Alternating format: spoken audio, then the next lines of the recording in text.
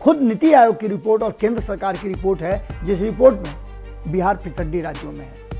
तो फिर आखिर बिहार में बदलाव की बात क्यों की जा रही है? क्यों कहा जा रहा है कि ये टकराव बिहार में नई सरकार के आने का लगभग घंटी बजा चुका है? नीतीश कुमार जब तक सरकार में चल रहे हैं, उनके भीतर भी, उनके पार्टी के अंदर भी अब पहले वाली बात नहीं रह गई है। पार्टी दो फाड़ हुई और जिसके कारण जो मजबूत था उसने कमजोर को निगल लिया, यानी आरसीपी सिंह बाहर हो गया। तो भारतीय जनता पार्टी चुपचाप सब देख रही है और आरसीपी सिंह बहुत धीरे धीरे लेकिन मजबूत कदम बढ़ा रहे हैं। उनका बढ़ाया हुआ कदम बिहार में सत्ता परिवर्तन के लिए काफी होगा।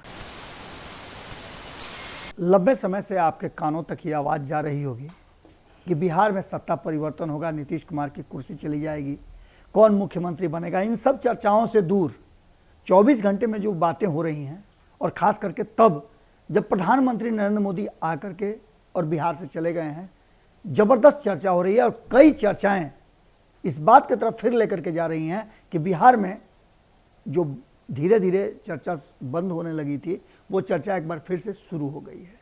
बिहार में नई सरकार नए फार्मूले से चलेगी, इसकी चर्चा लगातार हो रही है।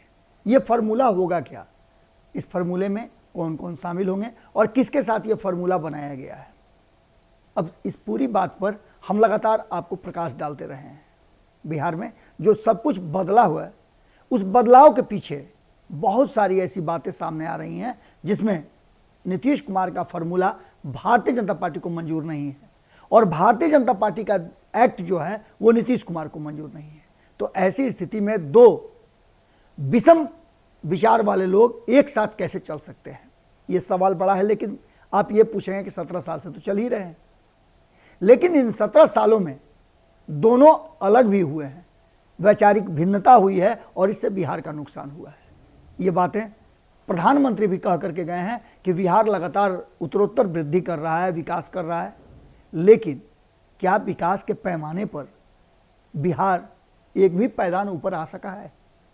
खुद नीति आयोग की रिपोर्ट और केंद्र सरकार की रिपोर्ट है, जिस रिपोर्ट में बिहार फिसड्डी राज्यों में है। तो फिर आखिर बिहार में बदलाव की बात क्यों की जा रही है? क्यों कहा जा रहा है कि ये टकराव बिहार में नई सरकार के आने का लगभग घंटी बजा चुका है? इसके आंकड़ों की बात अगर करें तो आंकड़ों में बहुत ज़्यादा अंतर नहीं है। जहां बहुत ज़्यादा अंतर भी रहे हैं वहां भी सरकारें बदली हैं, लेकिन यहां तो आंकड़ों का बहुत मार्जिनल डिफरेंस है। अब इस डिफरेंस को दूर करने के लिए कौन आगे आएगा? ये बातें तो रोज आप सुन रहे होंगे कई राजनीतिक दल के नेताओं, और आपने देखा होगा कि बड़े बड़े नेताओं पर तल्ख टिप्पणी हो रही है। नीतीश कुमार भी कटघरे में है कि नीतीश कुमार के फैसले से भारतीय जनता पार्टी खुश नहीं है। वहीं भारतीय जनता पार्टी का एक खेमा है जो नीतीश कुमार के हर फैसले को कह रहा है कि ठीक है। तो फिर आखिर है क्या? तो भारतीय जनता पार्टी और नीतीश कुमार के बीच में अब दो ऐसे धुरी हैं जो आ गए हैं, एक आरसीपी सिंह और दूसरे तेजस्वी यादव। तेजस्वी यादव सत्ता के बहुत करीब हैं, उन्हें थोड़ा सा पुश करने की जरूरत है, और ये पुश कौन करेगा? ये चर्चा हम आपको कई बार कर चुके हैं कि सरकार बदलने की अब स्थिति आ गई है, और ये जो कहा जाता था कि नीतीश कुमार के बिना कोई सरकार नहीं बनेगी, अब ये बातें लगभग समाप्त हो चुकी हैं। नीतीश कुमार जब तक सरकार में चल रहे हैं, उनके भीतर भी, उनके पार्टी के अंदर भी अब पहले वाली बात नहीं रह गई है। पार्टी दो फाड़ हुई और जिसके कारण जो मजबूत था उसने कमजोर को निगल लिया, यानी आरसीपी सिंह बाहर हो गए। लेकिन आरसीपी सिंह को कमजोर समझने की भूल महंगा पड़ सकती है एक बार फिर से नीतीश कुमार को। नई सरकार के फार्मूले में बहुत लोगों को लग रहा है कि अगर नई सरकार इस फार्मूले पर बनती है तो उनके लिए रास्ता निकल जाएगा। एक तरफ जहां आरसीपी सिंह के हटने के बाद ललन सिंह चुप्पी साधे हुए हैं और उनके मन में ये बात आ रही है, लगातार वो इस बात की तरफ चुप्पी साध करके इंतजार कर रहे हैं कि केंद्रीय मंत्रिमंडल में उन्हें स्थान मिल जाएगा।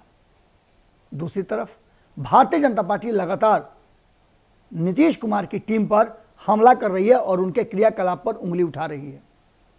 सारी बातों को निरस्त किया जा रहा है। वहीं नीतीश कुमार के खेमे के और भी लोग हैं जिन्हें लगता है कि अगर ये सरकार बदलती है या गिरती है या नीतीश कुमार कोई नया समझौता करते हैं तो समझौते में उन्हें भी स्थान मिलेगा मंत्रालय मिलेगा और हो सकता है तो उप मुख्यमंत्री भी बन जाए। उपेंद्र कुशवाहा लगातार नीतीश कुमार के पक्ष से भारतीय जनता पार्टी पर हमला कर रहे हैं। जो डिमांड नीतीश कुमार ने रखा था पहले, उन डिमांडों को अब भारतीय जनता पार्टी के सामने लगातार उपेंद्र कुशवाहा रख रहे हैं और उपेंद्र कुशवाहा के साथ भारतीय जनता पार्टी की तल्खियां बहुत बढ़ गई हैं। नीतीश कुमार ये पूरा मामला देख रहे हैं और उनकी चुप्पी बता रही है कि इसमें उनकी मूक सहमति है। तो फिर नया फार्मूला क्या होगा? इस नए फार्मूले में लगातार कहा जा रहा है कि भारतीय जनता पार्टी चुपचाप सब देख रही है और आरसीपी सिंह बहुत धीरे धीरे लेकिन मजबूत कदम बढ़ा रहे हैं। उनका बढ़ाया हुआ कदम बिहार में सत्ता परिवर्तन के लिए काफ़ी होगा। आंकड़े बहुत ही इस जगह पर पहुंच गए हैं जहां नीतीश कुमार की सरकार को गिरने में बहुत ज़्यादा कुछ करने की ज़रूरत नहीं पड़ेगी। 4-5 विधायकों की ज़रूरत है जिसका क्षतिपूर्ति जो है वो आरसीपी सिंह कर दें तो कोई बड़ी बात नहीं होगी। और अगर ये ऐसा होता है तो नए फार्मूले से नई सरकार चलेगी जिसमें बिहार एक बार फिर से उस मुहाने पर खड़ा हो गया है। नीतीश कुमार के लिए फैसले की घड़ी है और नीतीश कुमार क्या फैसला करते हैं? वो भारतीय जनता पार्टी के साथ कंटिन्यू करते हैं या बदली हुई परिस्थिति में एक बार फिर से 2013 की तरह कोई बड़ा बोल्ड फैसला लेते हैं जिसमें भारतीय जनता पार्टी से अलग होने का, नया फार्मूला पर सरकार चलाने का उनका भी रास्ता सुगम होगा। देखना होगा कि क्या कुछ होता है, लेकिन इतना तय मान के चलिए कि जिस तरह का उधम मचा हुआ है, एक दूसरे से विषमता बढ़ गई है, ऐसी स्थिति में बिहार में अगर सरकार को लेकर के लगातार जो कयास लगाए जा रहे हैं, अगर हो जाता है, सरकार बदल जाती है तो कोई बड़ी बात नहीं होगी। जुड़े रहिए भारत लाइव के साथ, खबरें लगातार जारी हैं। अगर ये वीडियो पसंद आई और वह बिहार के राजनीति और बिहारियत से सरोकार रखेनी तो सब्सक्राइब बटन दबा के चैनल के सब्सक्राइब कर ली। ओजे एगो घंटी बा, ओकरा बटन दबा देला से कुल सटीक और मारक खबर रुआ मुफ्त में मिल जाई। अगर रुआ पत्रकारिता के हमनी के नया प्रयोग में सहयोग कर चाहतानी तो ज्वाइन बटन दबा दी। पेटीएम नंबर नोट कर ली 9386816700। धन्यवाद।